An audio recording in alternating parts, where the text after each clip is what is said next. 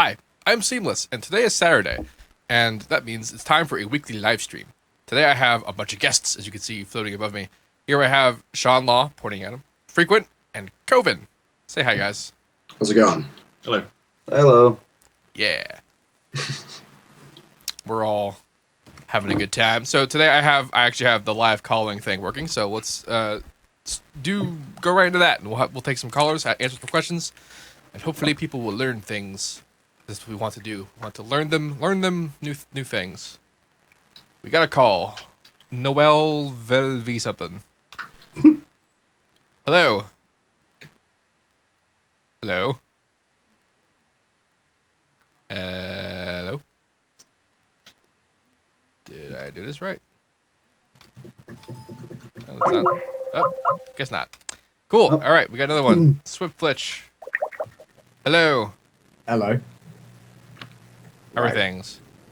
I'm good. What do you think of all this Jacob Wolf stuff? That would be the first freaking question. Oh my god. Awesome. Who is he? I don't even know who he is. We're just not gonna get into that. That's what we think about it. That is not something to have on a public Yeah, stream. Oh my That's what God. we think about Jacob Wolf. We're not gonna talk about Jacob Wolf. Yeah, it's not worth the time. Google it. Goodbye. All right. Then we have this guy who's I really had no idea how to pronounce his name. Hello. That's what we think about Jacob Wolf. Mute the stream. Mute the stream. I can hear you. I can hear me. I can Whose fault hear is that? you. Oh, that's them. Wow. Good job. All right, this guy's name is Name. Oh, he hung up. Come on, guys, call. Make this work, please. Feel free to answer chat questions if you see one you want to answer. All right, this guy's name is Jew Bagel Goose, so I'm not going to answer that call. Oh my god. All right, this dude's name is Name. I'm going to answer the call. Hello, Name. Hello. How are you? Fine, how are you? I'm doing pretty good. What is your question today? How do I throw my Fruity Loops in the trash can? Well, in order to do that, you'd have to have a physical copy of it, which is not something that happens very often. Unless you mean like the trash can on your desktop. Yeah, drag and drop. Yeah, but that'll only delete the shortcut. It's a so you can do reasonable a full uninstall. There you go. Well, no, he just wants it in the trash. He doesn't want to uninstall them. Oh, okay, I got it. Drag and drop. There you go. I hope that helps. Although I will mention that FL is one of those programs that if you did want to uninstall it, you could either uninstall it or you can just go to the directory and delete it, and that will be the same because it doesn't do a lot of background registry edits stuff or whatever. So if you want to uninstall it, you can just do that and it'll be gone. I gotta tell you though, deleting FL Studio won't make your music any better. It's gonna still be shitty. It might make it better for causing it not to exist. Yeah. I'll go ahead and say that. Somebody asked what DAW I use, and it's Ableton. Yeah, let's talk about our DAWs, which DAW we use, just in case no one knows. We all use different. Well, I guess Shaun uses everything, kind of. Shaun is the neutral party of DAW worlds. What's your favorite DAW, Shaun? Favorite? Yeah. Yeah. Reason. Okay, that works. So Shaun Reason's uses Reason. Call that uses, and then Frequent uses Ableton. Yep. What do you use, Max? DAW. Yeah. Logic. With Logic. Ableton and then Reason. Hey, what do you think of Pro X, or is that what it is? The new one. Oh, I've just stuck with the 9. A lot of people I've been talking to who use Logic hated the upgrade. Austin, Yeah. 85, was like, it's terrible. BT hated it too. I just don't like change. I've stuck with 9 for quite a long time. Nice. Unless someone can prove me that it helps in any way, I won't bother upgrading it, I don't think. Right. Someone asked, what headphones are you guys using? And since you all have them on, I guess it's a reasonable question. I got ATH M50s. These aren't the ones I'm producing. God damn it, Max. Oh no, I bought these. These are crappy ones. I don't know where my other ones are. He takes them off and looks at them like, what are these? No, I bought these the other day just to listen on the tube. Audio Technic M40. M40s. M40s, yeah. Yeah, so we got M50s and M40s. What do you got, Shaun? Mine are Sony's because they send me loads of shit in boxes. There you go. And I don't really use headphones, but when I do, they are Sennheiser 280 HDs. Yeah, if I do Yeah. use home headphones, they're M50s. So Should we run through monitors too? Yeah, sure. What you got for monitors? I have MR8s. I think he does too. Emirates, yeah. Who made what? What company? Mackie. Mackie. Okay. Always Mackie. I know that Shaun has Adams. What do you think of those, Shaun? Do you like them? I would not, dude. I would literally trade anything in the world to get another pair. I have 2 pairs of them. They're the best thing in history. So I almost got them instead of the Mackies. if my house caught on fire, I would run in to save my monitors. Priorities. His priorities are in check. I got KRK ST8s. They're passive monitors. And the only reason why I got them was because I have the studio amp. So I had that guy decide I needed to use it, so I did. All right, what's the intake? What's the bird intake on your guys' cars? What's the what? The What, the bird bird intake. intake? What's the bird intake? Is that like saying we hit people, or what is that? I think it's how many birds get sucked into your radiator. The thing, oh my god, I don't know, dude. That's my friend. God damn it. Okay, all right. Casey, get out of here. Okay, we got some calls. I'll answer some calls. This guy's name is Oscar. Hello, Oscar. Hello, how are you? I'm excellent. How are you? Finding you. I would like to ask on FL Studio, which plugins would you recommend for mastering? Mastering. Well, the one Yeah. that I use the most is Maximus. Okay. However, that's purely a preference. I would okay. recommend if you universally across DAWs, if you're doing mastering, I guess Isotopes plugins are pretty good for mastering. So Yeah. Okay. Then Which what- other what ones do would you you- recommend? Shaun, Max? Yeah, I would agree with Shaun. The Isotope. Ozone and stuff You like can't that. go. Yeah, you can't go wrong with them. Okay. Thank you very much. You're welcome. All right, we had an actually functional call. How cool was that? yeah, Wow. It's like the first time ever. Jeez. it'd be the only time too. Pretty much. How many viewers do we have right now? 288. 288? My God, that is like that breaks the AU5 and Fractal record pretty heavily. They got like 250. That was their max. So cool. So okay, let's talk about our individual mastering practices. Max, what do you do to master a track? I mean, to be honest, it's probably not the most conventional way of doing it, but I kind of I master on the go. So I have my certain so I don't kind of finish a track and then open it into a new project and then master it. I kind of work with my master plugins. So if I've got the master plugins all set on the master bus already, so I kind of work with it, so I know what it's sounding like, rather than just like making a sort of creating a track and then putting the master last minute, which I've never kind of got used to really. I mean, it's probably not the most conventional way of doing it. I wouldn't recommend it, but that's the way I do it. That makes sense. That's yeah, I'm the same way. I kind of master on the go.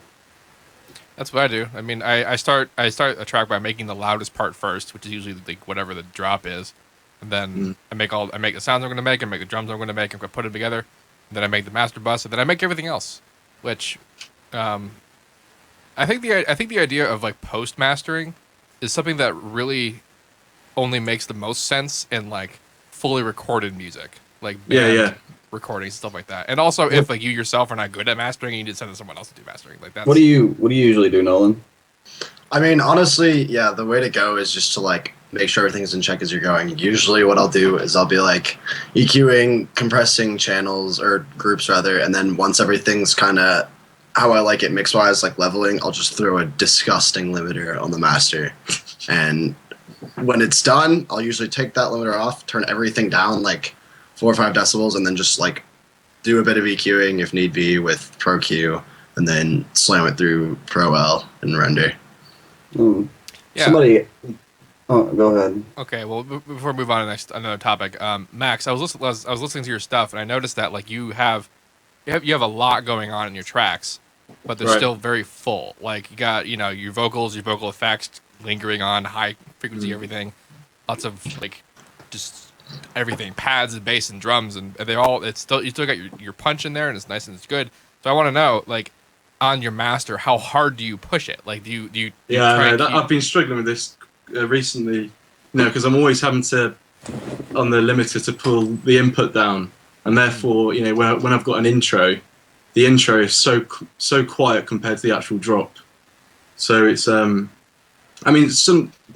tend not to limit stuff on the individual channels because I just don't like the idea of it going through two limiters.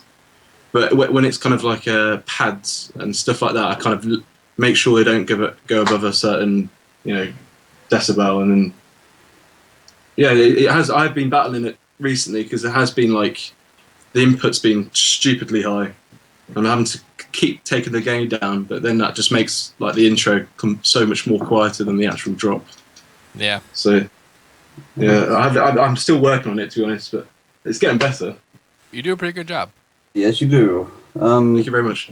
Somebody asked how long we spent on the Noisia BSE remix. About 12 hours. It was a very, very fast remix. Yeah, and somebody also asked... 12 hours? Yeah. Jesus. And then half of that was really just being like, are we really done? Are we really done? Let's find some Yeah. more shit to do. Like, Sick. Yeah. There's probably about 6 hours total that we really legitimately spent on it, because there was plenty of time there that we just stopped and like fucking start eating, or we just bullshit and talk and do other things. But and somebody much asked for if there's itself. any news on your album, Max. Album? Yeah. I haven't got an album, but we've got an EP coming out soonish. But I have a free download coming out in next couple of days. yeah, We're just sorting a video out for it at the moment. But you have some pretty good videos too. Like, who really, arranges that? the videos. Yeah. Mhm. I kind of like the Make It There video. But I wasn't the More Than You one. I wasn't sort of overly happy with. But I don't know. There's this. Do you know the band that Enter Shikari? Yeah. It's the people that make. I can't remember what they're called now. They make their videos as well. I should know the name, but I don't know. Is it Code? Yeah, Code Media. Yeah, thank you. Well, there's your girlfriend's cameo. Yeah. Yes. Yeah. Koven's informative girlfriend. Yeah. Nolan, what do you use to make your growls? Which I'm pretty sure I know, but G-owner, operator. yeah. There you go. Surprise. See, okay, I'm gonna tell a story about how I met Nolan up here. So, Nolan he just sent me a message on SoundCloud, and he was just like, "Yo, we should collab," and I had no idea who he was. I never heard of him, but I went to go listen to his stuff, and I was just like his basses. I'm like, whoa, this is much more impressive than the typical individual who would deign to send me a message. And so we started actually doing a collaboration that we never finished. Hang on. Stream off air. Stream off air. What? God damn it. Are you sure? Because it's not telling me I have any drop frames. Yeah. Everyone is freaking out on stream. Yeah. Well, Shit. we're still recording, but the stream is off air for the moment. Hold on. I'm just gonna stop and restart it. That's what I'll do. All right. So now it's not streaming, and now it is streaming. That's weird because it's not telling me it dropped frames. That's peculiar. Normally, when it crashes, it's all like, "You're dropping all the frames. You're literally dropping 100% of your frames." Oh my god, yeah, everybody is flipping a bitch. So that means we basically been not been streaming for like a minute before we found out. I had no idea the chat was going to be this kind of hectic. It's yeah. There's a lot more people now than there are usually, but it's even if not. Still no stream up. Well, my internet's. I mean, the Skype is still running, so my internet's functioning. I don't know. Well, your Skype did get kind of... Yeah, I was getting a sketch and then it dropped. Interesting. All right, well, we'll Okay, do I got the- a bit rate. It's giving me a bit rate. It's a good one, so like it should be popping up any minute now. Right in the middle of a story too. I was in the middle of a story, too. I was in the middle of a story. We're doing pretty good though. Yeah, it's popping up. There it goes. Okay, we're back. I'm just gonna assume we're back. So I don't know how much of that story got through, but the full one will be in the recording. So we did actually. Me and Nolan started doing a collaboration that we never finished.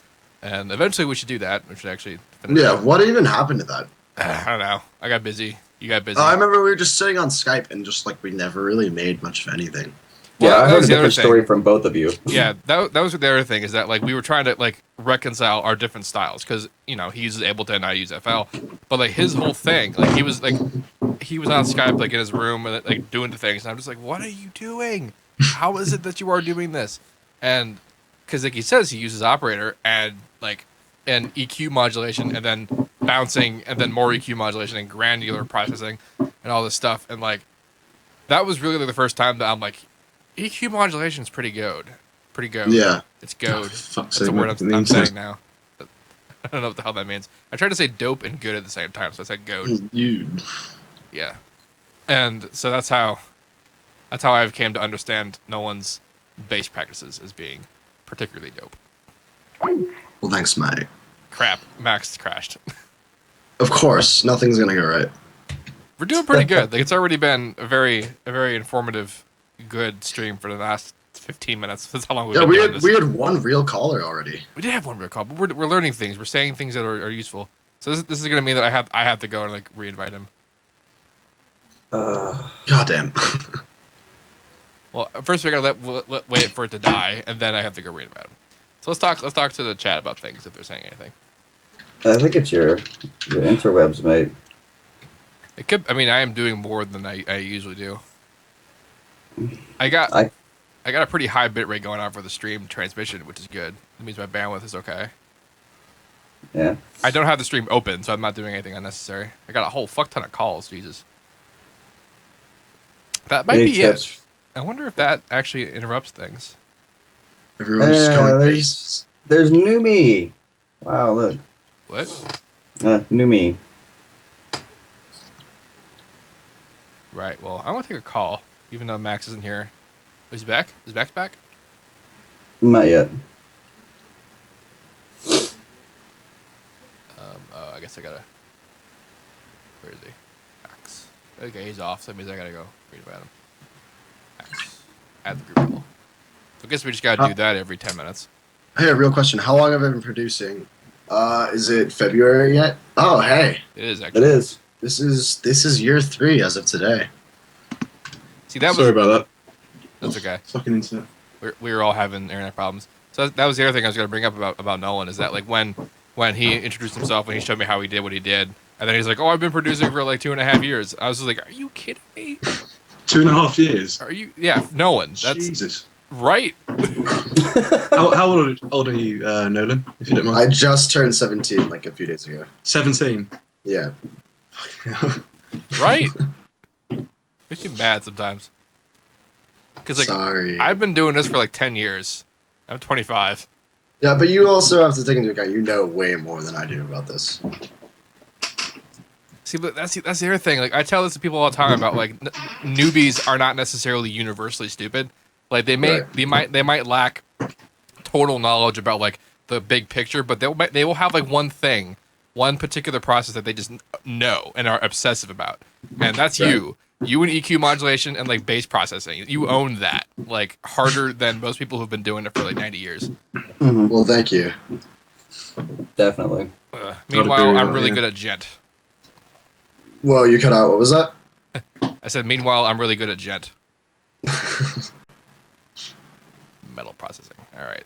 So now that we're all here, let's actually have a call. All right, this is the Noel guy that tried to call earlier. Hello?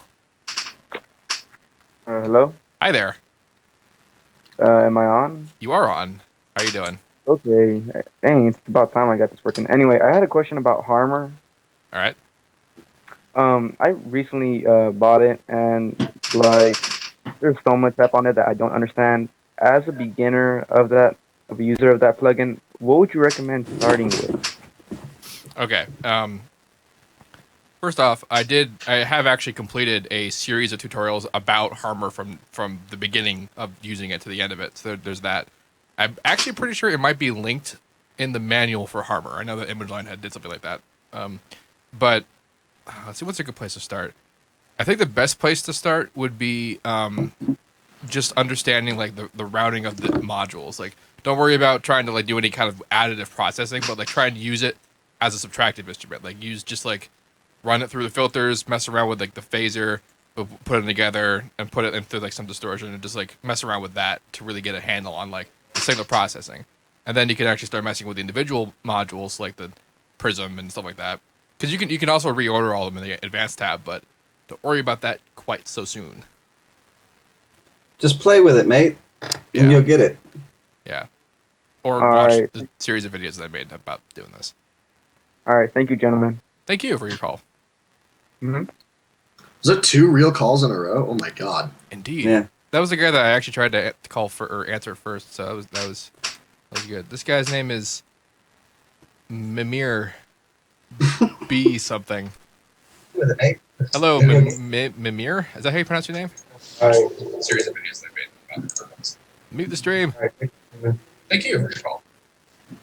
Wow. Was it 2 real calls? Mute the stream. Mute it. Oh my! I'm in the stream. You are in the stream right now. Wow, I'm really talking to you. Christ, I didn't have a question. It's just, but one thing, Koven. Yeah. How did you make the remix that was put on UKF? How did you get inspired? Is it the latest one, the Javenta or Hadouken? Yeah. That was an either-or question. Yeah. What was the question? Sorry. How did you get inspired by making it? The Hadouken remix. Yeah. I don't know really. I mean, because the track itself was, I really liked it. I mean, I think it was produced by Noisia and Lodestar actually as well. The original track, and I've always been a big fan of Hadouken, so it was a really good. It was just a really good privilege to work with it. With remixes, it's quite hard because you're given a deadline, and you've got to work with that deadline. And normally the deadline is a few days, so you've kind of got to be on the ball about it. Inspiration-wise, I don't know what I can't remember what inspired me. I think the song itself, the original, inspired me to really work with it and try and make it into something listenable. Oh, okay. But one other question to Seamless. Yeah. Yes. What the hell is this Jacob Wolf thing? Oh god. Today will not be the day that we talk about Jacob Wolf. No. Okay. Awesome. Thank you for your questions. No problem. Good Cheers. day. All right, I think we're good on. We're having good callers. This is nice. So on the idea of remixes, let's talk about because there's sort of like a fine line between doing a remix and then kind of just like making your own track and then putting like a Vox on top of it, and not necessarily like a wonderful remix. Like I was talking to Shaun about how Glitch Mob they're really really good at making really good remixes, like actually like having respect for the original content. And then when we made the Hideous remix, it was sort of a problem because the track Hideous itself there wasn't really a lot to go on. Like it had a lot of sounds and a beat. That's kind of what the track was. So like trying to like find the point of that to then be able to be like, okay, I'm going to take this point, but I'm going to bring it to a backdrop of something that I'm going to do. Like how do you guys approach doing a remix like that? Oh god. Yeah, you go. Because I was just about to say, with remixes, I really need to, I kind of need like a lead hook to work with or a vocal. But I mean, if like you said with a Noisia song, if there's no kind of like really strong element, I don't know. I've never actually had to sort of work with something like that. I'd maybe because obviously, was your remix a drum and bass? Did it stay into the drum and bass? No, genre? we did electro. Yeah, Electro. a 128 track. Yeah, I suppose changing it into a completely different genre. If it's a drum and bass track, maybe try and get into a dubstep track. But yeah, it's a difficult one because I always have to look for the lead vocal line or lead hook line. But if there isn't one, it's a tough Well, job. That was what we ran into with it. There were I mean, it's not that the stems were bad with it. It was drum and bass, and it was kind of minimal on the stems. And we originally were gonna do like drum step or dubstep, and then we were like, oh, well, actually, originally it was glitch hop, and then we bounced around the idea of like dubstep, and then we were like, well, fuck it. Seamless was like, oh, let's do 128, and I'm like, okay, so we did it. See what in terms of the remix of that track, one of the ways that made it work so well as a remix is because of what Shaun did, where he made the intro and the breaks out of the stems. Like he just cut them up and arranged them in the way that made it something new. So it still had the ambience and like the texture of the track, even if it wasn't doing what the track originally was doing. And like the drop was just whatever. It was in the same key. Like that's how related to the track it was. And some of the sounds were resynthesized from sounds from the original track. So that's also how it kind of like maintained the texture. But yeah, I think we used like some of their little like neuro-y type stuff in the drop, didn't we? Yeah, we used some spots of it. Yeah, we used some of that, and then we took a massive patch that I recorded out to audio, and I think you resampled it through Harmor. That was a good one. Yeah, and I mean but it really it wasn't a lot to work with. Like there wasn't a lot there that you could really do to make it sound original. Yeah, but the genre switching I think is a good way to go for making like a very engaging remix. Because the only other remix that I've done that I liked was the Skrillex one where I remixed Bundem, and that track's whole point was just that one like bass riff. It had a lead that happened near the end. It had a beat and it had some like vocal guitar stuff. I've heard that. Is that the drum and bass one? Did you turn it into drum and bass track? Yeah, I did. Yeah, I've heard that one. It's good. Really nice. Yeah, but what I basically did to that was I took the main bass line. And here's the cool thing about 140 and 174 is that 140, the Bundem track was in 6/8, so 6/8 and 140 actually basically pretty well turns into 4/4 174. So if you turn instead of having 3/8 notes, you make it so it's the length of 2/8 notes. It actually almost translates to like 174. It required some pitch shifting or time stretching, but not very much. So it's basically still the same bass line. It's the same stem, and with just a drum and bass beat. And that was the remix. And also some other stuff, but mostly that. So it's like finding the right element in the track to translate over to a new track. Because sometimes a track will have a good enough like lead line and progression that you don't even need to use the stems of the original track. You just need to use that, like the progression in the lead line, because that's what the track's all about. But fortunately, most of the time, tracks have Vox. And that's the easiest thing to use. Yeah. Reharmonize some Vox. Yes, I was in Judge Dredd. There's a question in the chat, I think for Nolan and Koven. I put it in the chat here, in the Skype chat. What's your stream? My question, producer, particularly at nighttime when you're inspired. Why do you think this is? Okay. Yeah. So basically, he's asking like he's getting more inspired at night than at any time, and for me, it's the same way. I produce until like 3 a.m. And honestly, I wish there was a way to deal with it better than just not getting any sleep. Honestly, I think nighttime's kind of the best time to produce because nobody's going to really come in and bother you, and it's like you're in the zone. But I don't know. I mean, obviously, just doing it whenever you feel like it is the best way to go, but that's never really that convenient. What about you, Max?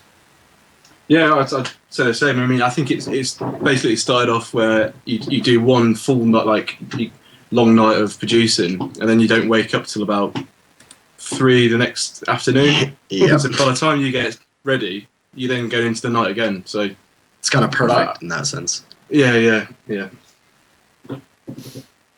I don't even know how I can talk about this, just because like my sleep rotation is the most screwed up. Because I don't have a job and I don't go to school, so I go to sleep and then I wake up when I want. So I don't sleep. Whatever my 3 a.m. is probably like noon for everyone else. Yeah, I just don't sleep. You don't. No, he doesn't. He really doesn't. He's awake. He's always awake. He's always awake. He's sending me freaking messages and stuff at like 2 million o'clock. 2 million o'clock. Yeah. Okay. All right. Let's see if we get some calls. We got some people who are calling now. Shahab. Shahab. I think this is this guy's name. Hello, Shahab. Is that how I pronounce your name? Hello. Like a washing machine. It's true. Interview over washing machine. This is the first one. Hello? Hello. There he is. Can you hear me? Yes, I can. How are you? All right. I just muted the stream just to make sure I don't get any feedback. How's it going, guys? Pretty good. Good.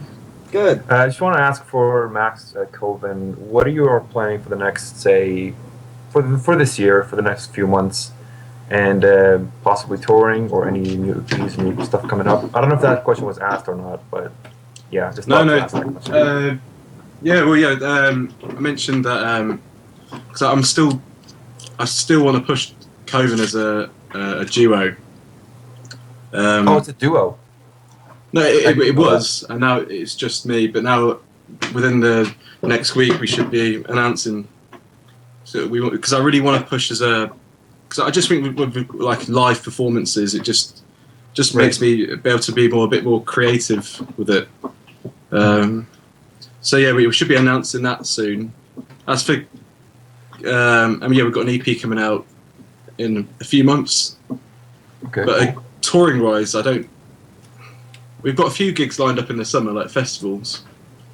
And that's in the UK, or is it going to be? No. They've got Exit Festival. That's in Serbia. That'll be good. Oh, okay. There's one in Czech Republic. No, UK wise, there's no shows over here. Very little. Anyway. Yeah. Well, thanks a lot for the opportunity. Thanks, guys. Thanks for your call. Thank you. Thank you. I swear, if somebody asks what's I use for growls again, it's operator. It's always been operator. It's still operator. Operator. All right. Max, what software do you use for live? Ableton. Really? You use Ableton for live? Yeah. Perform. That makes sense. What kind of thing? What do you use for like controllers and stuff? Hang on, one sec. I've got this Alpha Sphere. Have you seen the Alpha Sphere? It's like this MIDI controller. And it's just over here. One sec, I'll just go and get it. Cool. Neat. I'm excited. See, now you said no one ask you what you use for growls. Now they're all going to ask you what you use for growls. This would be funny. What the fuck is that? It's got like a... Oh shit, that thing. I've seen that thing. Yeah. Oh, it's so cool. That's awesome. It kind of lights up when you press it. At the moment, it's a prototype at the moment. Yeah. Wow. How did you get a hold of one of those?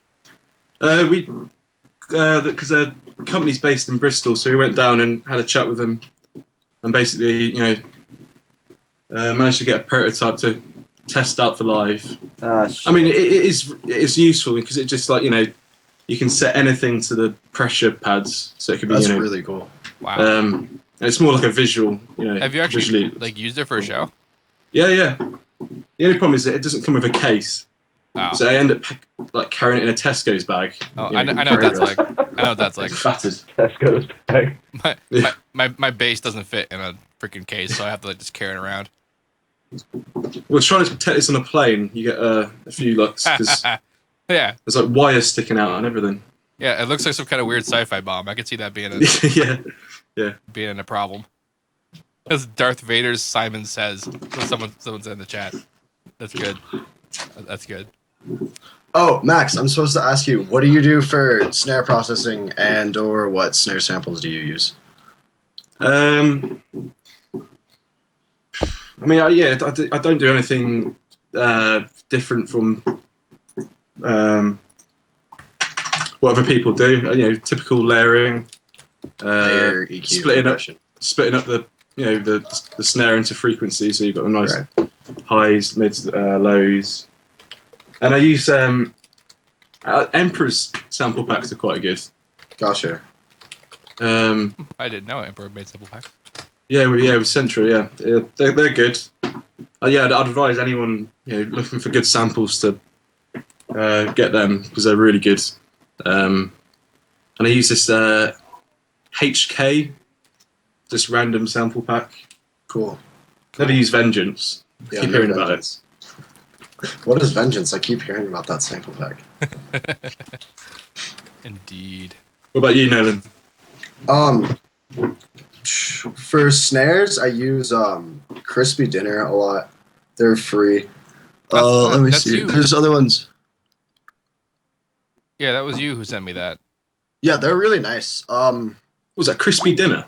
Yeah, here, I'll actually drop a link. Shaun! No! Wait, it's telling me I need Skype Premium to make it. Yeah, that's what it said to me as well. Damn it, I was afraid of this because this happened. My God. I still have you guys, but I don't have Shaun. And that was dark. It's like weirdly dark. Well, there's that in the chat for now, you guys, and then I'll put it in the Ustream chat as well. Here's good samples, everyone. And they're free. All right. Okay, Skype just like shat every bucket that it could shit. That's what happened. Oh shit! My God. Okay, I'm just gonna end the call and then redo it real fast. Good. I apologize to everyone in the stream. All right. So let's call up. All right. Let's do Nolan first. Man, see, I'm not usually the one that does this. This is usually Shaun.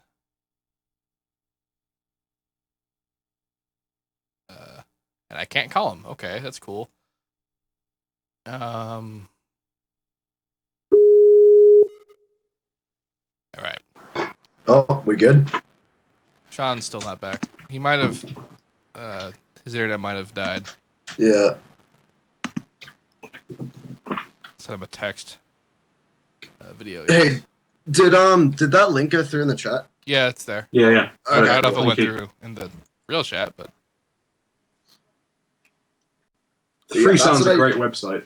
Yeah, it's really cool. I found some great samples on there. Those are the best snares I've found for free. I mean, generally speaking, I use like a lot of weird stuff. A lot of hip hop breaks for snares I've been using lately, just like cutting them. Yeah, that's about it. recently I've been starting to use the Break Tweaker library because that came out recently, and like the Break Tweaker is a pretty neat plugin, but like the samples that it has are like some of the best. All right, I heard of that. Actually, got a lot of samples in there. Well, okay, I made some samples and they're in there, but they are the best samples. The best samples in there are my personal favorites were made by AU5. Yeah. And they're in there, and they're really cool. And Shaun is still off. I'm here. Just. Oh, your video's off? Yeah. All right. Well, we get Shaun's frozen mug. All right. Let's take a call. Bling. God, that wasn't me. So people aren't actually calling right now. So give us calls, people in the chat. All right. This is Ben. Hello, Ben. Oh, Jesus! I'm on. Ben. Oh, God. Oh no! Hold on. Actually calling right now. There we go. There we go. Ben. Hey, are we good? We are good. We're good. Oh man. Well. Hello, Ben. That's a good question here. Let me ask you, Koven. Hello. Koven. As far as like more than you unplugged, what was the process of going about that? Like, how did you do that? What'd you do? Like, I'm curious. I mean, yeah, all the but yeah, we just basically wanted to. I mean, when I first made More Than You, I really wanted it. I almost didn't want to make it into a dubstep track. So I always had that in mind to make a kind of. I say it's unplugged. It's not really unplugged, but I couldn't think of any other words to put for it. But yeah, just sort of try and make it sound like I used acoustic instruments. Where I mean, everything was obviously not recorded. Like the drums were Superior Drummer. The piano was some Contact sample. Wow. And we just wanted to break the song down and make it into a more of a gentle song. I mean, ideally, that's kind of the version that I wanted to put out initially. But yeah, Okay. I just really wanted to make it sound almost like it was being performed. Yeah, live. just nice. I get it. No, that's cool. One more question. On a daily basis, on an average day, how many push-ups can each of you do?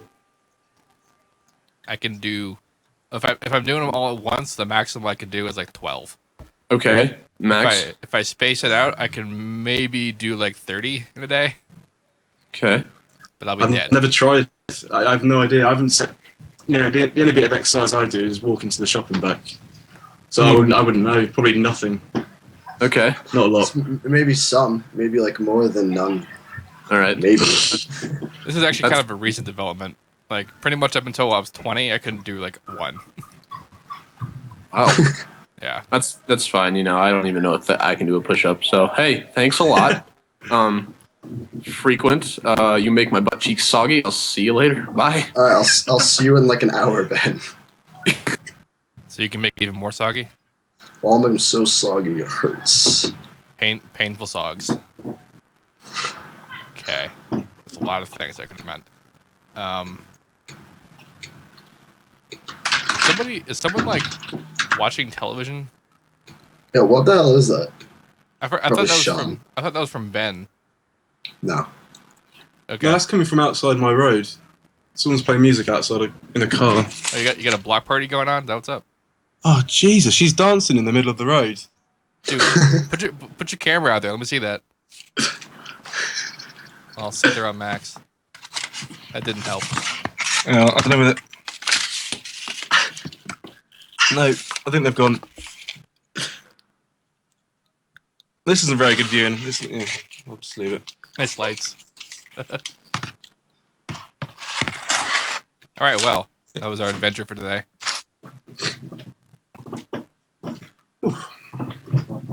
Okay, somebody just asked Frequent to ask me when I'm going to do a very in-depth tutorial about setting up a launchpad for FL. I guess why would you ask me to ask him? Just ask him. Yeah, I'll bypass the middleman here. I'm holding off on doing that until I really actually use it. Because right now, like the way to set up a launchpad is you plug it in, you go into audio devices, and you make sure that the input port and the output port are the same. That's all you need to do. Then it works. And as far as actually using it, I actually did a video recently about a setup that I'm doing for a track that I'm working on to do performance for. But it's unfinished, and like the only track that I've ever really done is bass antics, but I didn't quite actually utilize performance mode to do that. I used it to place the pads so I could actually play them, but I didn't use any of like the syncing abilities or the sequencer abilities or the actual arrangement like usages of the actual like program. I'm doing a very bare bones usage of it, so that's why I haven't really talked about it yet, because I don't really have a tremendous command of it yet. But eventually I will. And does anyone else hear that clicking sound? Is that me? What clicking sound? I can't hear it. All right. I'm just hoping that's not being recorded. My audio drivers might be crapping out. All right, we got a whole bunch of callers. Let's have some callers. This guy's name was Moosewad. Hey, we know Moosewad. You do know Moosewad? What up? Who's Moosewad? Remember Shaun? No one remembers me. This is a good I'll thing never or bad forget thing? the name Moosewad. Are you kidding me? Yes. All right. Yeah, I'm the one who made that swaggin' track that had like the electro soul with like drum samples, but like actual people. My question was, like, what do you guys think about that type of thing, where you have like real instruments and songs, but that use electronic elements in them, like versus like electronic drum track or something like that? That kind of awesome hybrid. Yeah. Well, it's really interesting. Well, it's really interesting when it's done well. Like, as a concept, I feel like there's a lot of things, especially now, where people are like doing this hybrid, like real drums with a guy on a computer thing, and a lot of it is gimmicky to me. Like, a lot of it's like really just they think the concept will sell, and it does. But I think if you want it to be good, you have to do it well. Are we talking about performing? Like, no, just production. That's like hybrid production. Oh. Well, the only thing that bugs me about realistic instruments is that they're not as easy to mix as synthetic instruments. Right. Like, true. Things like Superior Drummer is easy to deal with because you can treat it like it's a real instrument because of the way that it's set up into mic groups as opposed to just sample instruments. And but you could be like, okay, I don't want bleed, or I do want bleed, or I only want bleed on this one mic, or I don't want the kick in the overhead mics. And then you can make your perfect mix that you wouldn't be able to do with a regular recording. But like for example, I don't know if this counts as acoustic instruments, but I made a track that integrated electric guitar into an EDM track. And the problem with electric guitar is that unless you're making a lead, like if it's a lead, you're pretty much okay. But if you're making like the rhythm, it's like the entire spectrum. It is the whole spectrum of sound. And like you cut out the bass so that you could fit your bass sounds in there, but actually mixing it in there is just, it's so, all the frequency is so active that, and you can't really EQ it, because if you do, it ruins your tone completely. And like trying to deal with that, like you can't. I mean, you can, but what that just basically means is that you have to turn your mix down, and you may end up making a quieter track, which isn't that bad. I'm not saying it's bad, but it's bad if you're me, because I make everything way too loud. Oh, absolutely. I love it. No, because like on my track, I have like kind of electronic or dubstep-ish, like a drum rack that I built in Ableton over like 2 years, and everything else is pretty much like real instruments. Like there's acoustic guitar, someone actually playing the keyboard, electric guitar, a real bass, and a sub bass that I put in. And like I've gotten a lot of different people that are kind of like giving, I don't know, like there's also a vocal track and it's kind of doubled. It's like a very soul-y track, but they say that the drums kind of accent the soul of it because it is kind of EQ'd to be a more thumpy, kick and whatnot, and like fatter snare. But they say overall in the spectrum of it, it kind of accents the like the bass and the guitar and some of the vocals in certain parts. And I don't know. I just thought that'd be kind of cool instead of everyone making a metal step, like integrating guitars and whatnot into their dubstep tracks. I thought why not do some real song, like soul song sounding, but just have a little bit of electronic elements in that, kind of like a reverse of what everyone's doing now. Well, I think that's actually pretty present in the whole Neurohop movement. Is that that's basically funk EDM is what that's turning into, and it's like I like that. The stuff that Koven Sound does, the stuff that like Teddy Killers just put out. What else? Like that's pretty much a good example of how that works out, and that's all. I mean, you could talk about Daft Punk, but I feel like that's not really the direction I want to go. Yeah, true. Also, Shaun, I remember when you said you wanted to remix that track, and I still have to give you the files for it. But all right, thanks a lot for having me on. Yeah, thank you for your call. Thank you very much again. Take care. All right, who is this guy? George Zondag is? Thank you for sending me all of these snares on Facebook. You just sent me a whole pack of sweet snares. Oh yeah, those are the ones that he made. That sound good. Yeah, he makes some samples. He does a pretty decent job. Yeah, these are tight. Thank you. Okay, so I'm actually gonna have Savant on the stream tomorrow, but I want to talk for a second about that Future music video that he just put up.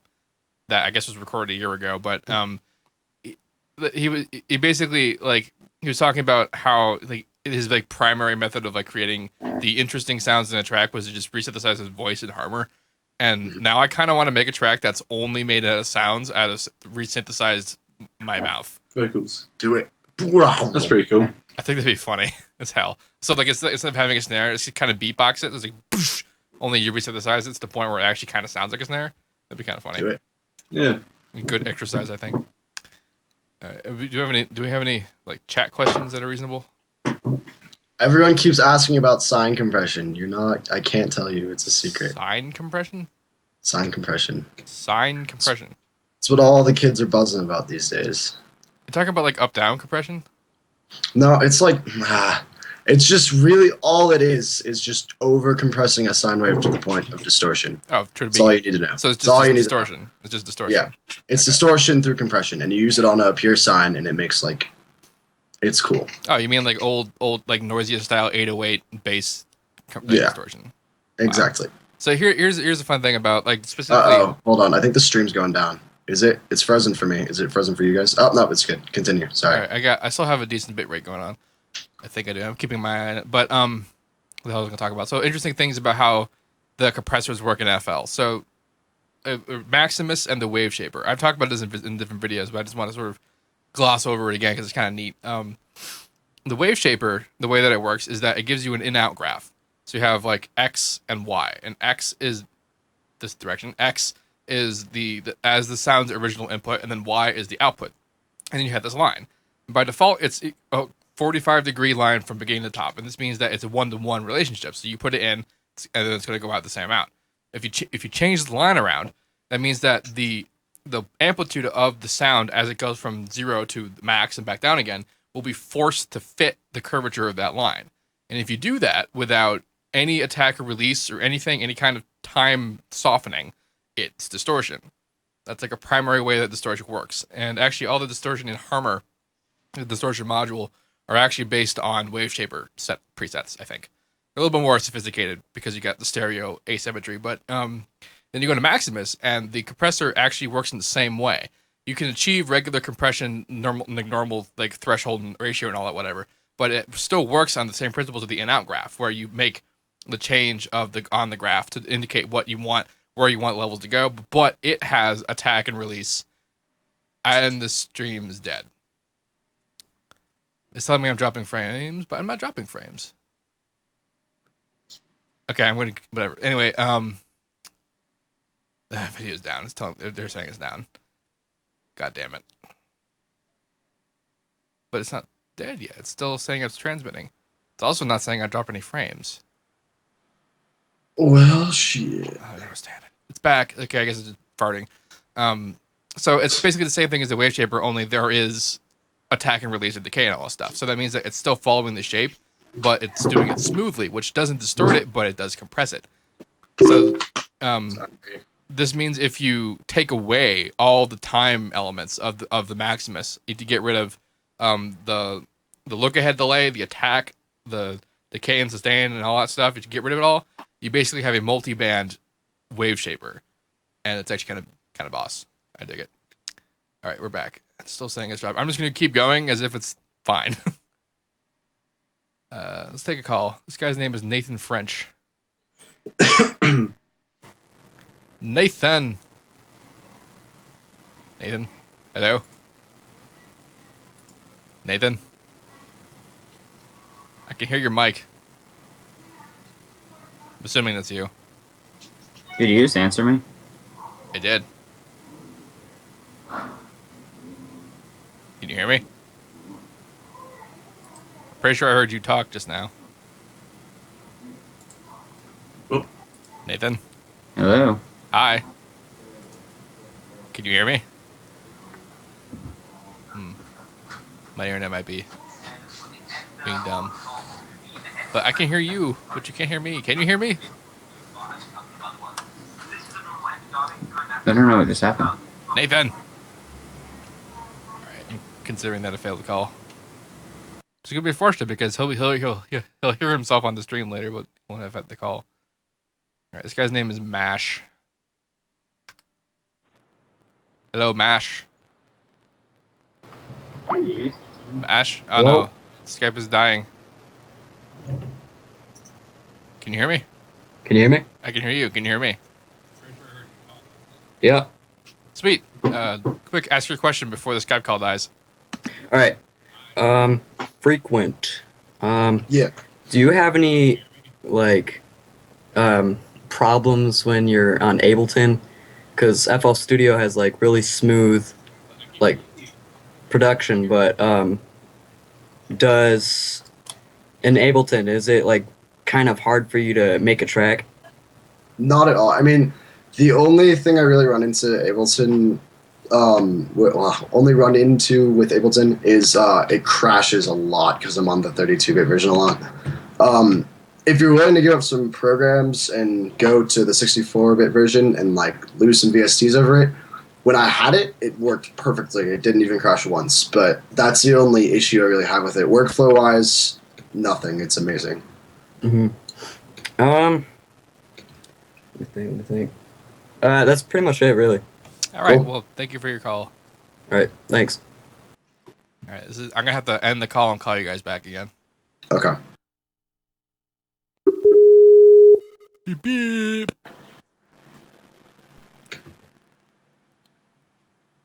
Can you hear me? I can hear you. I guess Max didn't actually fully end the other call because he's busy. Shit. So while I'm fixing this, I want to address for a second. Actually, I want to ask you, Nolan. Yeah. There's no bridging to in Ableton for 32-bit and 64-bit. Not that I've been able to find. I mean, correct me if I'm wrong, but I've looked. There's one. There's a bridge that you can get, but it's really expensive, and there's no like local bridging. Like Logic, I know it just there's like a bridge built into it, which is really nice. But as far as I know, I've looked into it a bit, but no, I'm fine with 32 just because I don't want to give up my plugins. Yeah. Enable your video, Nolan. Oh, is it not on? Max is on. The Logic bridge though is like annoying because you have to close each plugin to then press spacebar to stop the track. Okay. Which is like a really big it annoys me so much I can't use it. Right. So you have to close every plugin and then stop the track. It's just, I mean, you could click stop, but I always use the spacebar. Always space. Hey, is my video working? No, it's not. Also, the stream died. Like nothing's happening. When I click it, it doesn't turn on. When I click it, it says your video is turned off. That's fantastic. I mean, your logo's there, and you're talking. I mean, can I do this? Well, does that work? What, did you just enable screen sharing? Yeah, I mean, that works. But Yeah, I can see his screen got shared. That's what but happened. nothing else works. Wait, Oh, there it goes. It's coming on. And then it went away. Now it's coming out again. There it is. There I am. Okay. See, in FL, they have a 64-bit version that they're working on, but right now the main version is the 32-bit, and they have a 64-bit bridge, which allows it just built into it, and they licensed it from some other company called JBridge. And Yeah, JBridge is the one I was looking at, the one that you can buy. Oh, well, there you go. FL uses it. Because at first I was like astounded by the idea that you could get a 64-bit version of something and not be able to use the 32-bit versions of things. Right. Because you can get a 64-bit version like OS and you can run 32-bit versions of stuff. So it's just kind of stupid, honestly. It doesn't compute. But like I guess for you that's probably less of an issue because you're primarily like able to make main things, right? Right. Exactly. I mean, honestly, even if I lost all of my plugins, I'd probably be fine. There's only a few that I really like. Camel Fat, I really, really like, but I'd be able to work around it. Yeah. See, because like when I had heard that because FL came out with the Mac version, which is basically just like a purpose-built wrapper for FL for Mac OS X, and you cannot have any third-party plugins. Right. And I can see that being a huge detriment to lots of people. But if I had to have a Mac, that'd be fine for me. Right. But I don't have a Mac, so I don't have to worry about it. Exactly. I mean, getting a Mac it's bittersweet. Like some of it's awesome. I mean, but of course there's all those like sometimes I'll be like, oh, I really want to get this one freeware thing I found, but it's only Windows.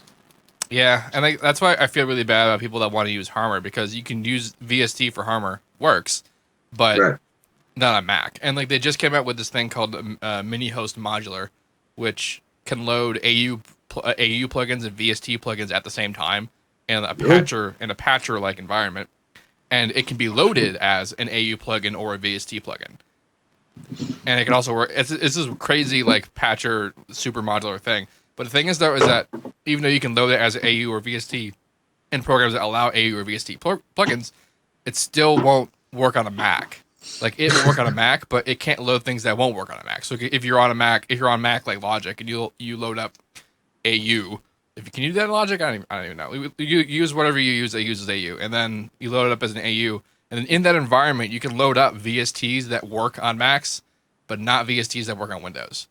Huh. Because I thought that was going to be a great workaround for using Harmor. Because right now, people I know people who have who boot camp just so they can load FL and just so they can use Harmor.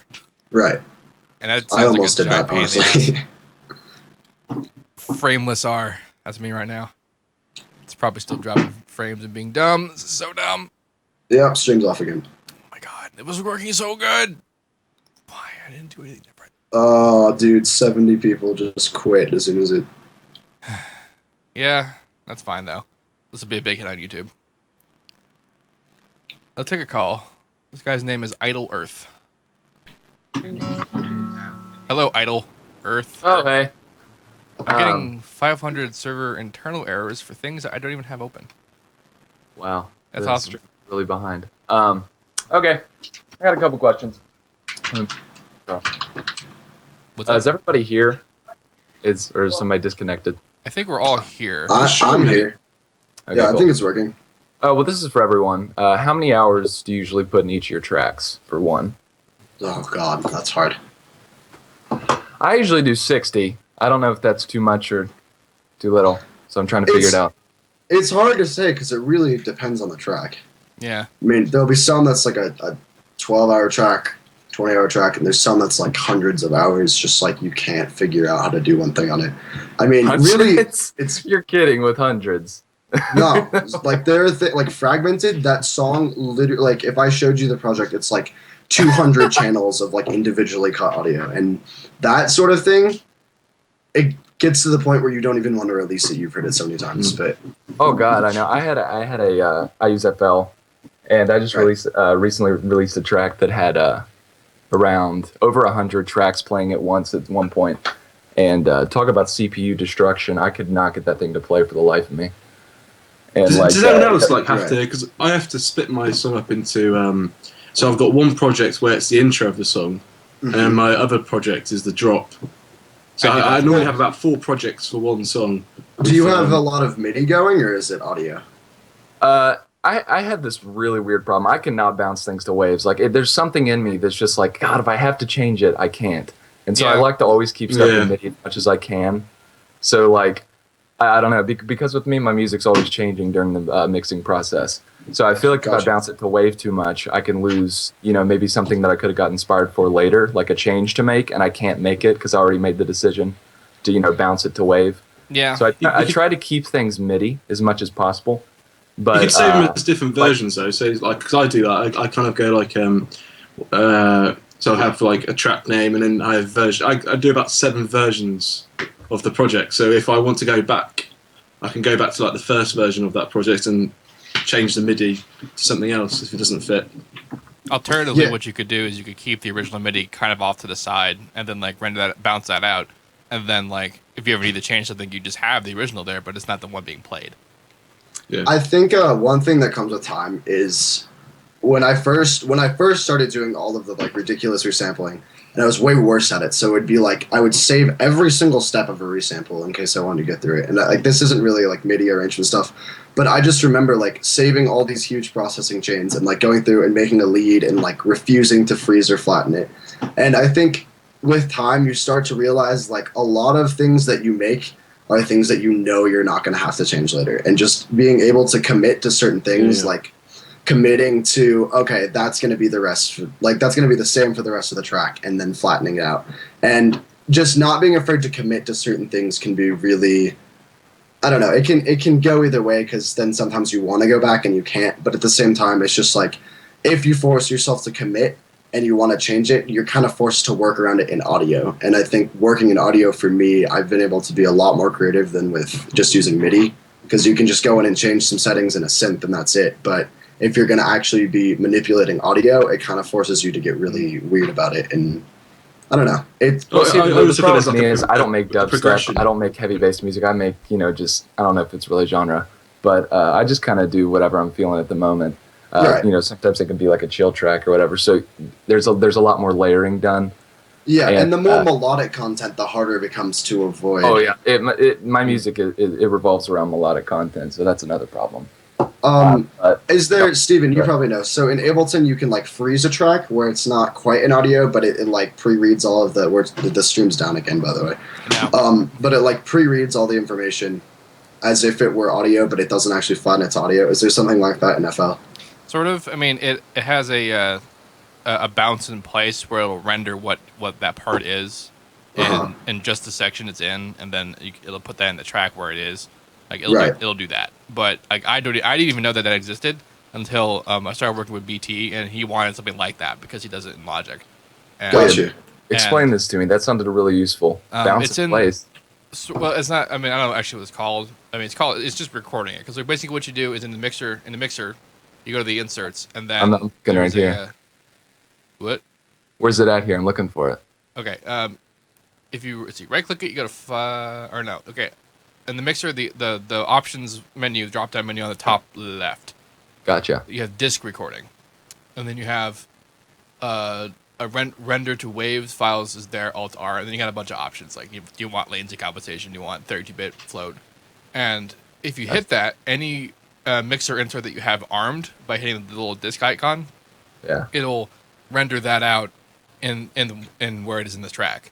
And if you just select only a certain time in the track, it'll only record that particular moment. Okay, sweet. God, I'm going to be using that. Okay, I have one more question. Typically, where does a track start for you production-wise? This goes for everyone. The drop. Really? Every time you think? The drop? Unless I have something really specific that I want to do in like an intro. Like if I'm like, I really wanted the song to start out sounding like this, and then I'll begin it like that because that's what I have in mind to do. But if I'm just like, I'm going to make a song, then I'm going to start the drop. Yeah, I mean, the drop, wow, somebody has it not muted. I can't hear myself. The drop, or more specifically drums, are what I start with usually.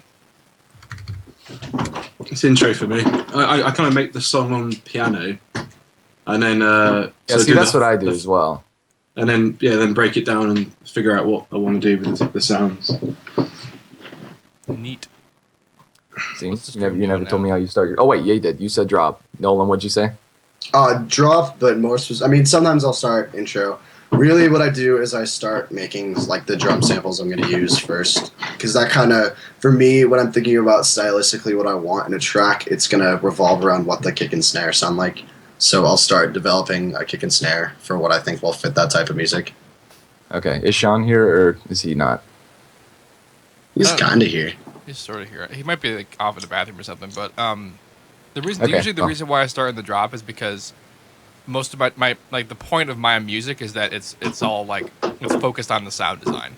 It's not really about musicality. It'll be about musicality once I'm done with the drop and I go and make an intro. But like it starts out being about like a bass sound. So I'll begin with that, and then I'll make a drum sound to kind of see how the rhythm works, and then that will be the beginning of the drop is how that works out. But it all begins at trying to make a bass sound that's the point of the track.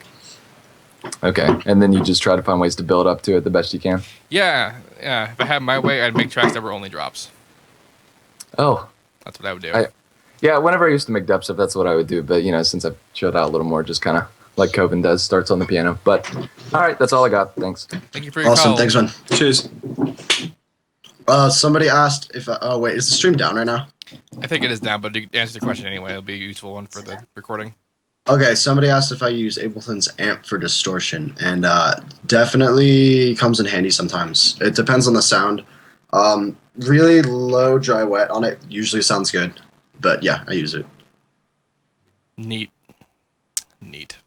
My tracks tend to average between 30 and 45 hours for like total. The Hideous was a bit of an anomaly in terms of how fast it was done. It was because months. I spend months. That's my problem. I spend too long on tracks. Yeah, I mean, like more than you was 2 years, on and off. On and off, yeah. I don't know how long some of these tracks I have coming out, like on this EP that I'm working on, that I've been sitting on for so goddamn long. I hate doing that. I can't express how much I hate doing that. Like, because I used to just make a track and just put it out on SoundCloud, and that was the end of it. But man, like, these I worked on longer because it's gonna be like more of like a regular release kind of thing. So I was like, I got a bit more perfectionist about it. But because I speak to Joe Ford quite a lot. He must send me about 3-4 tunes a week, and they're just like you know Joe Ford they're incredible. Yeah, it's just like 4 tunes a week, and now I am spending months on one track. Well, think about the Joe Ford tracks though, especially the stuff that he's been putting out recently. I don't know about like the unreleased stuff, but like the stuff he's been putting out recently are kind of samey. Like he definitely has a build pattern now, like for tracks that he does. So I can see that working in his favor in terms of speed. Like if he's super familiar about what he's doing because he's done it so long and so much that like just putting it together and building it should be real simple for him at this point. I feel his new stuff's different. It's different from his old stuff. No, I like Joe Ford. Really good. I like his power. He's a powerful individual. I want him to use that power to do new and cool things. So I'm happy about that.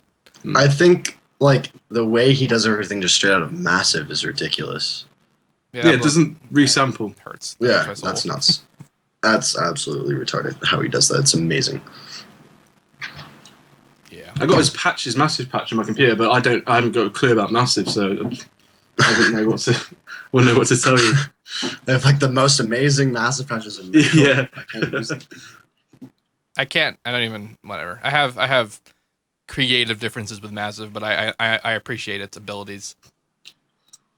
What people can do with it, especially fucking Joe Ford. But yeah, what time is it? 7:13. So we'll be about done in about 15 minutes. We still got callers, so let's take it. Oh, hey, the Protostar's calling.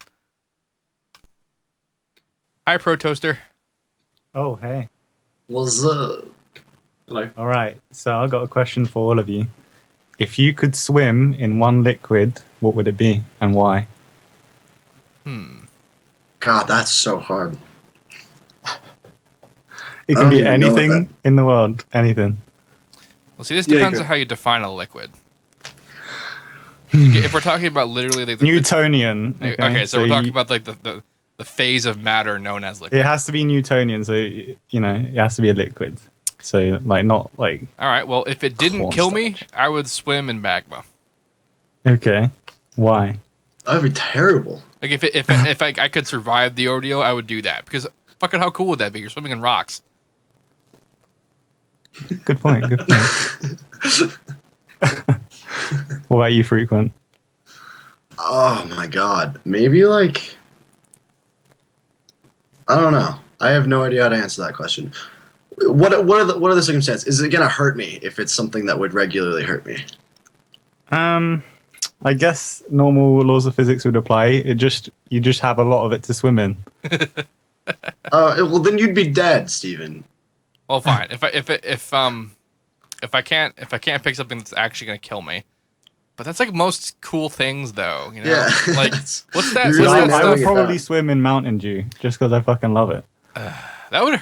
Can you would be imagine what that would terrible. feel like to swim in carbonated liquid? Through your skin. There's a video of a guy taking a bath in Pepsi on YouTube. Would you float or sink? You would float hardcore. Float, yeah. Yeah. You'd be like you wouldn't even. You couldn't drown. You'd be pushed up violently. Oh, It'd be man. pretty intense though. It'd I've got a probably real just be question like melted ice cream or something. Because that would just be like It'll be the pretty texture cold, would be though. great. Oh, everything's That'd cutting be out. freezing, wouldn't it? Yeah. I didn't What hear about any you, of that. Max? Sorry, I cut out. Is anyone else's working? I can't hear any of you. You can't hear me. I'm not saying anything. Sorry. Hello. Oh, yeah, we're good. All right, Max. About What do you want Max? to swim in? You got an answer? Oh yeah, Jaeger probably. Yeah. Yeah. Good choice. Good choice. All right. I don't know if this has actually been asked or not because the stream has been lagging in and out for me. But do you prefer to work in audio or MIDI when it comes to basses? Audio. And why? A little bit of both. Depends on what kind of bass I'm doing. It's just whenever I bounce down, because I can't bounce down in real time because it just stops. So whenever I bounce something down, everything's off and all the automation's fucked up. So Yeah. I just feel like I'm normally progressing prefer in to a track. If work I in made it audio, because kind you of just it finalised. feels you have so much more control. Yeah. That's the one thing that I like about it. Though it seems that when working with MIDI, because I use Reason, it seems that when working with MIDI, it normally pitch stretches it a lot better because it's not trying to keep the length the same. Do you just use Reason or do you? Yeah, rewire Reason it? 100%. Really? Like, I mean, I've tried using Ableton as well, but I just All right. I can't get my head around it. One day I'll give Reason a shot. I think I am gonna like try and use Reason soon because Yeah, Sean's got a Because red. you said that the last one you've used is Reason 2, right? Well, that's when I first started using DAWs. I had a Yeah. choice between Reason 2 and FL3. I mean, it has progressed since like 5 and whatnot because it's at 7 now and it's got quite a lot of the capabilities of other DAWs. I mean, there's some stuff that I really want them to bring in, like, MIDI chopping, so you'll be able to like slice MIDI, like in, I think, can Ableton do that and Cubase can do that. I know that it can. FL can barely do that. It can do it, just it's weird. Yeah, just like other sort of like little bits and pieces that I would like it to do, just because my workflow in it is really fast, and I'm too lazy to learn another DAW. So actually, I have a question about Reason from you, Protostar. Did that additive plugin come out yet? Which one? I don't know. I saw some ad somewhere about an additive plugin that Propeller Heads was making for Reason. Oh, yeah, I remember watching a video about that. I think it might be out. I haven't actually looked into it. Yeah, I might have a look into it. I was sort of interested in is that the one where you can build it up, like literally by harmonics? Yeah, kind of like. I mean, that's basically what Harmor does. But like, I saw it after that. I'm like, oh, it's kind of like what Harmor does. So they get the idea if I'm going to go screw around with Reason, then I definitely want to know about that thing. Yeah, I saw that, but I didn't really follow it up. I might have to go have a look, see if it's out or not. Cool. One last question. When it comes to snares, what is your usual sort of process for snares? Do you get like, in terms of getting the attack right on certain snares when you're layering so that you don't get phasing issues and whatnot? What's your sort of usual workflow when it comes to that for everyone?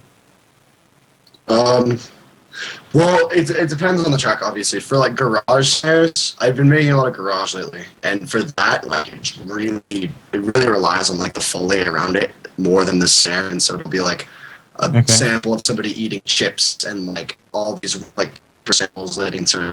But for just like standard snares, what I'll usually do is I'll find one that I really like and just compress, EQ, normal stuff, and then I'll take another snare or clap or something and put it under and disable the warp mode in Ableton, so when you pitch it up, it actually like shortens, lengthens the sample, and use that to layer it under just to add whatever the snare needs, in my opinion. So if you need high, you get a really high-endy snare and pitch it to the right key. Group those, compress them together, transient shaping, EQing. That's it. Inside EQing, actually. All right. Yeah. So I kind of just like try and keep it as simple as possible. I think, I just try not to overcomplicate it for me because I'll just end up fucking it up basically. I use a lot of, I layer kind of like voice, sort of beatboxing snare sounds to kind of get just like a little snippet of it for the attack. And apart from that, I don't really do. Yeah, I layer it, and that's about it, really. I kind of, if it's not, obviously, if it's not punchy enough, then I either alter the side chain, the side chain ratios, or I just compress it. But I try not to overcomplicate it. I'm mostly about damage control. Like what I'll do is, I actually haven't had it like every track that I've done recently. The way that's been is that I open up a thing of Superior Drummer, and then I build a kit that I like, and then I get a synthetic kick and a synthetic snare, and I'll layer them together. So they'll have the punch of the synthetic and the sort of openness of the acoustic, kind of like what Max was talking about near the beginning of the stream. And I don't get too micro about it. I don't like really try and like dial in things like transients and attack and all that stuff, but I try really as hard as I can to solve any potential problems in EQ and compression on the drum bus, because I bus all my drums into a single bus, and it mostly works out pretty okay. Like, people will get to see examples of that when this EP finally happens, but these days, like super recently, I haven't really been using really good snare like percussion samples. Like the Superior Drummer is pretty much the angle that makes it work. But I would just be using FL stock, like kicks and snares, which got a lot better for FL 11. But now I have the Break Tweaker sample library, and it's full of like ready to go perfection samples. And I'm not used to using shit that sounds that good. So it's been a lot easier. I mean, with kicks and snares, I definitely find it is about sample selection more than it is a lot about processing, really. But I mean, to be honest, like, not until kind of recently, like the past sort of like half a year, like I hadn't really sort of gone that much into like kicks and snares, or I've been doing it kind of wrong, like because I never really sort of focused on when you're layering how like the sort of first transients overlap, and it kind of makes it sound like it flams and stuff like that. So I never really sort of, I guess, noticed that. Like my ears have probably sort of developed and learned a bit more since then. So like now I won't really sort of layer too much. I'll probably keep it to 2, maybe 3, but like only 2 snares and like a high pass clap or something. And then I'll just have one bass snare sample that I really like. And then if I want to have more tail, or I like the tail of another snare, I'll fade that in so that none of the first transient is there. So then it doesn't sort of flam or phase with the first snare. So you've got to get the punch of the first snare and then the tail of the second one. I am real careful about phasing, but mostly for like like recorded and stuff. Like if I record a drummer for a band or something like that, because there's a lot of techniques in recording where you do things like you make sure that wherever any of the mics are, they're all the same distance away from the snare mic, so that like they're all in phase and whatever. Except that I just ignore all that, and then in the DAW I actually manually line up the phase like of the waveforms there, which works fine. Like because then you're just like, oh, now it's all in phase. And I tend to have that kind of problem with FL because FL's automatic delay compensation does a really good job of making sure that shit's like together. And because earlier before I learned how to actually do that, especially in my electro stuff, like I'd process the kick and the snare with very different things and very different amounts of plugins, and then they wouldn't hit together, and it wouldn't sound like they're going like da dum da dum. It would sound like a hit, but it would sound like a really weak hit. It would sound like foofy. So I'd have to go and like make sure the delay is right, and then that's phasing basically. It's phasing as a result of plugin delay. Okay. And that's a little weird. All right. I guess that's all I had to ask, really. Well, thank you for your call. Have a nice rest of the stream. Indeed. Later. Cheers. See you guys later. Bye. Bye. All right, so I've been getting a pretty good like high bit rate, so I think we're actually back. Word. And like on, which is nice. Someone's telling us we should go to Exit Festival with Koven. That'd be kind of nice. Yeah, I'm down. Sure. Book me. And talking about NAMM and Summer NAMM and all this stuff. A lot of cool shit's coming out of NAMM like the past week. Elisa's came out with a keyboard that has like a machine MPC style pad like on the left of it where the mod wheel is. I kind of want that. Oh, that's cool. Is Break Tweaker any good? Break Tweaker's okay. Break Tweaker is really sweet for what it's made to do, which is being a drum sequencer that lets you do crazy micro stutters and shit, like BT style supercuts, and it's really good at that. And I made some neat. There's a couple. I actually made some presets for it. So if you go and you get it, you'll find some presets with my name on it, and you can sort of see what's up. It's kind of neat. EDC. What the hell is EDC? Electric Daisy Carnival. Daisy, isn't it? Something Daisy something. Yeah. It's huge. I should know what it is. I don't though. Yeah, it's Daisy Carnival. Electric Daisy Carnival. That EDC? Wow. Yeah. Kind of cool. Hey, people of the stream, give me a really weird sample, and I'll resample it before the end of the stream. Will you really? I'm doing it. I'm taking the challenge. Someone has to give me something really weird to resample, though. How are they gonna give it to you? Just private SoundCloud with download enabled. Yeah, so there you you gotta go. Do that. That's a good idea. Just do that. We got 5 minutes. So you got. That's all I need. Do it. Let's go, guys. Someone. Would love to know your opinion about spreading the music, not production. Streamers, evil ones, Satan's sake, or pushing me. Okay, let's talk about like getting your name known, like what you've done to promote yourselves. How's that working for you guys? Networking. I mean, this is why I kind of moved to London, is to, go to. I mean, not necessarily now. There's not a lot of shows, but when I first moved up, there was a show every week at this club. You'd see Bar 9 there, and it was quite cool because you just meet regular people. Like you bump into X-Core, a lot of producers, and then you networking with them face to face is that really really helped me. I think that was my kind of like turning moment where I was speaking to these bigger producers. Face to face, it's a lot different to online speaking. Yeah, just on Facebook. See, what I find kind of confusing about you, Koven, is that when you were introduced to me as an artist, right? Prismatic showed me you. Like he was just like, oh, you should check out Koven. He's really good sound design. I remember that call. Yeah, and I went and looked you up, and like I went to YouTube first. So it was like Koven, see what pops up, and a whole bunch of UKF tracks with millions of views popped up, and like you got some seriousness going on there, like in a really big way. And then I went and found you on Facebook, and you've got like not a like comparable amount of social media activity. No, well, no, I mean like with Facebook, it's kind of like like I did a status this evening, and it gets 20 likes. I mean, I did the free EP which went on UKF, which was a free download through my Facebook page. But as soon as I got up to about 30,000, and then I got that Koven band deleted my Facebook page. Ooh. So I had to start again. Okay, that's a good reason. Because I also noticed that you guys have like 20,000-ish SoundCloud followers, and like the numbers, the way that I've seen the numbers work is that YouTube activity is really high. Like YouTube is like the main way people tended to go about things, and then SoundCloud is a much more specific environment. It's less, but it's still a pretty important way. And then there's Facebook, and Facebook seems to be the least in terms of like. That's it. I mean, getting free downloads through the Facebook page is kind of our only way of trying to get people onto Facebook. Yeah, really. Because like, the way that's worked for me is that I'm actually about to hit 30,000 YouTube subscribers, and I'm only just above 7,000 Facebook likes. Like I'm like it's like super concentrated, and then I've got like I don't even know how many SoundCloud followers I have. I only got like 1,200 Twitter followers. Dude, Twitter's where it's at. Yeah, Shaun knows about Twitter. I like Twitter. That's how I got a hold of Koven.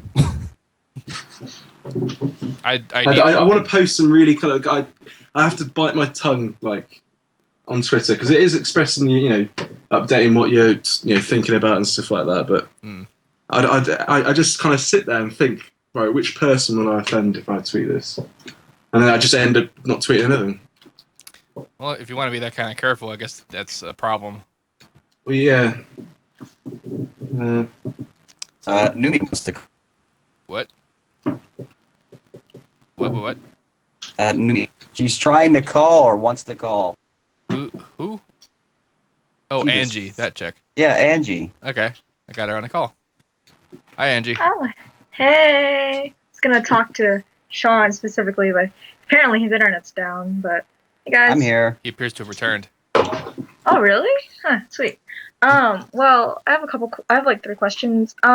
First of all, do you guys ever, like, what's the weirdest, like, fan encounter you've ever had? Like, has anyone outside of the internet recognized you and be like, hey, that's Seamless, or that's Koven? Like, how do they react?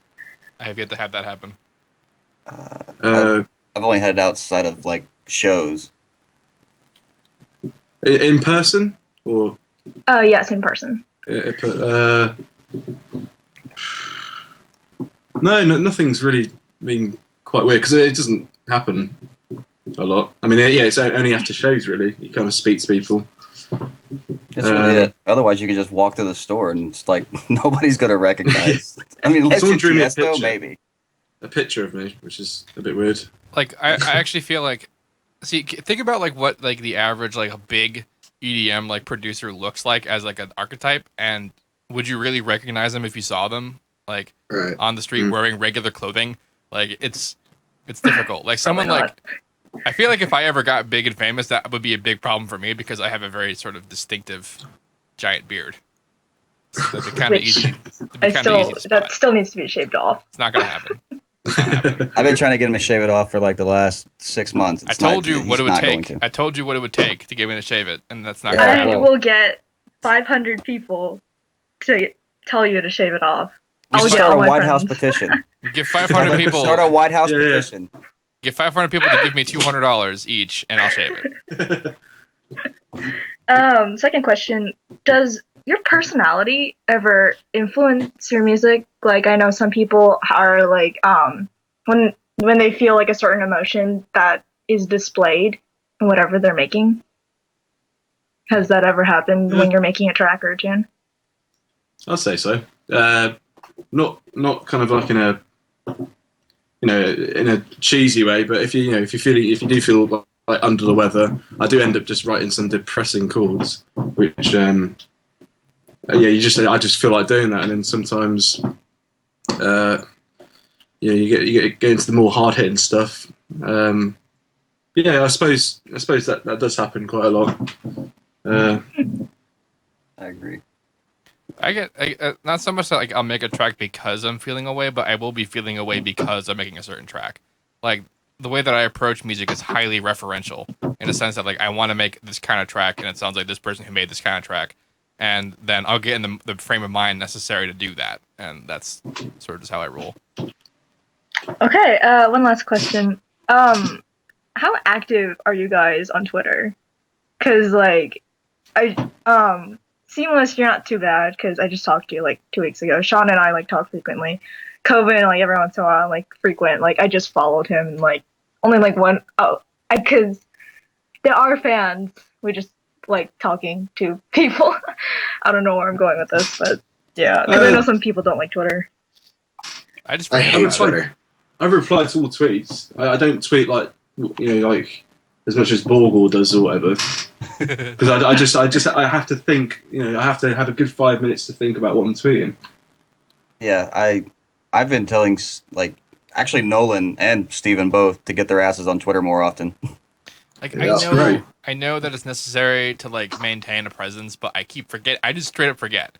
Like I have it linked in all my video descriptions, and so it's there.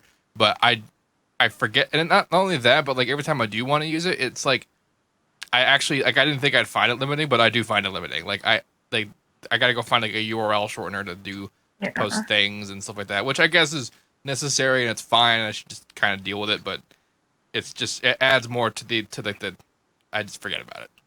Yeah, I mean it's easy to forget about it. It's like I don't. Somebody long before I ever left earlier said something about me not having fan pages, and I'm not used to having fan pages, so I don't really use them. I don't really want to. I only started using the Seamless Facebook page specifically to get to have a more easy access to being able to give people information. Because like I don't want to post a video every single time I want to let someone know something's going to happen at some point. So like I use Facebook to just have information out there and that kind of thing. And that's more or less what I've used it for. But if I didn't have to do that, I probably never would use it. Okay. Yeah. Well, thanks guys. Thanks for answering my question. Thank you for your Cheers. call. See you later. Bye. So I determined that the pops and clicks I'm hearing are FL actually having underruns.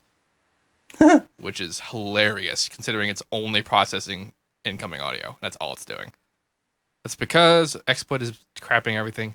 I don't know what happened earlier. I don't know why it was doing that. It seems to be fine now, which is unfortunate because we're about done, but the recording will be fine. People on YouTube won't notice a thing. Except the 3 times that Skype closed the call. George asked if I speak Japanese. No. John?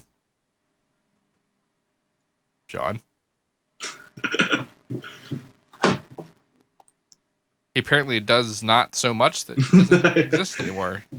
I'm on my phone. Oh. That explains a lot. Yeah, I'm on my phone. So do you speak Japanese? Not really. I speak Vietnamese, Thai, Laotian, Spanish, and that's that's essentially it. So you speak around Japan, is what you're saying? No, that's not even fucking nowhere near it. It's in the east. That's all you need to know. Oh my god. I'm not cultured. Leave me alone. I mean the guitar string.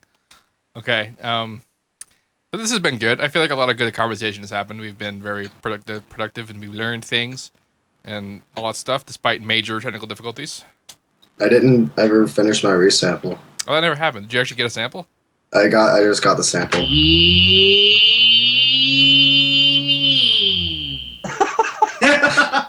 What the fuck is that? What was that? That's the sample. I gotta resample it. Is that a guy? I don't know what it is, but it's pretty bad. That was amazing. Was that someone who like just went? Somebody had private messaged it on SoundCloud. It just says Big E is the name of it. Big E. That's good. That's good. I dig that. Who the hell was it? Someone. His name was I think it was Raider. You guys might know him. The guy who did the song out of your voice. Well, some people maybe, but a long time ago he made the sound out of Razor, and it was the funniest fucking sound I've ever heard. It was just like, it was some kind of weird bandpass bass, but it was basically the sound just went tweet tweet tweet tweet tweet tweet tweet tweet tweet tweet tweet tweet. Like that's what the sound sounded like, and it was gold. It was amazing. Oh, hey, Audeka's calling. Let's answer Audeka. Or Audica. Is it Skylar? Skylar, was that you? Oh, yeah. Oh, hold on. Turn off the chat. All right. Oh, Can you hear me? there's Skylar. Oh, there he is. What a good boy. Greetings and salutations. Ladies and gentlemen, this is Skylar of Audica or Audeka, one of those. Yeah, the second one. You got it. Audeca? You're gonna go with Audeca? Oh wait. Oh crap! I mixed it up. All right, Audica. You see the problem with that. No, the stream is dying. No, why do you die? When the people that are involved in the actual group mix up their own name, you know it's a big thing. We got problems. I'm not gonna lie. I refer to you as Audeca to everyone I talk to about you. That's fine. How many people are in Audeca? Is it 3? There's 3 of us. 3 of us, yeah. I actually had a question for you. I'm sitting with one of the Audica members, Marty. We both kind of wanted to know this. In your first EP, the free one, Wake You Up. Yeah. There's a track in there called Whoopi's Back in the Habit. Yeah. That thing just goes ham. And it's like dark, evil, like it's just dope. Yeah. Thank you. But recently noticed like working on more melodic content. I'm wondering like what sound you are passionate about most, or do you see yourself going back to more darker I style? get a lot of people asking like whether I'm going to make anything like Whippies. To be honest, I don't know how I made that track. To be honest, I think it was just a complete fluke.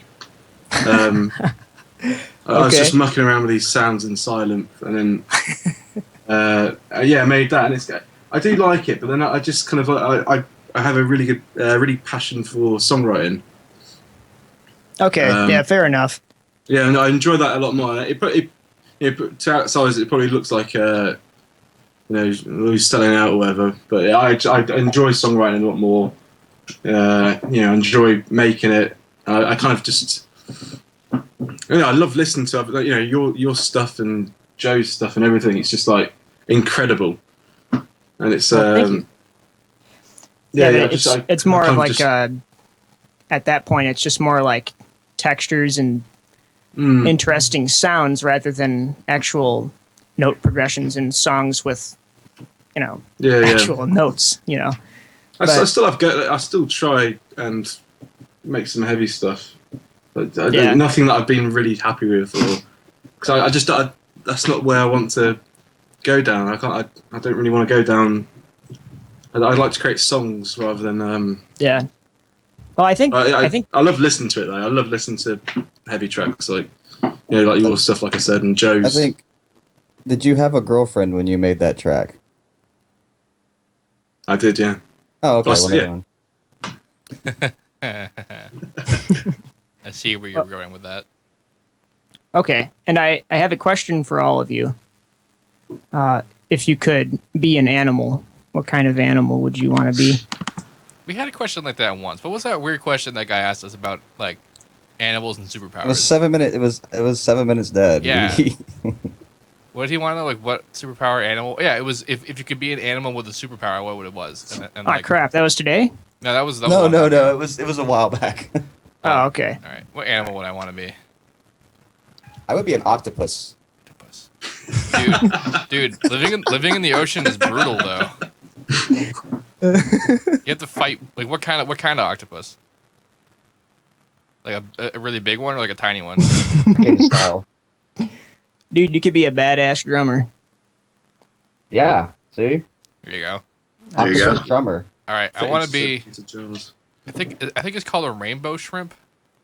Oh, the thing that can like punch at like 500 miles an hour or whatever. Yeah, the thing with the claw that can close so fast that it like creates a gunshot underwater. Yeah. What the fuck is a rainbow shrimp? No, it's actually really cool. I know exactly what he's talking about. It's and it can see brutal.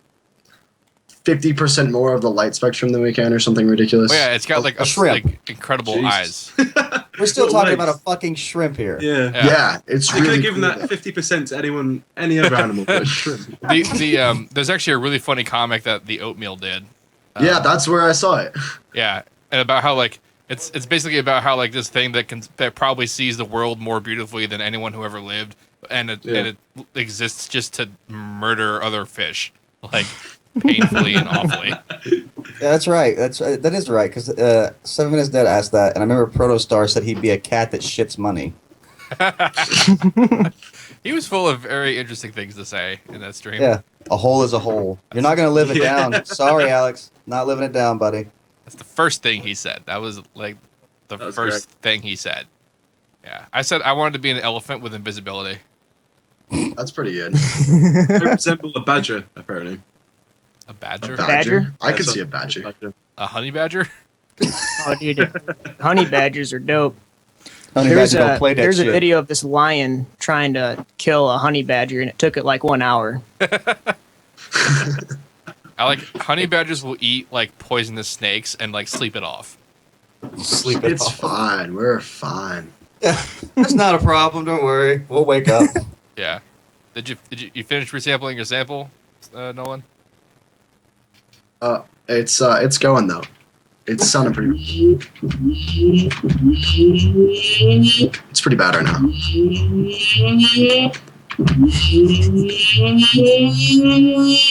I don't think I can resample this. No, it's a challenge. You must rise to the occasion. Alright, here. We're like overtime on the stream, but I don't care. What's good. going on in there? I just dropped so much stuff. I'll post it regardless. It's gonna take Okay. me longer than to the end of the stream, unfortunately. He'll Okay. post it. You do that. So thank you for your call, Skylar. Yeah, Skylar, Yeah. you're a good boy. Good to speak to you.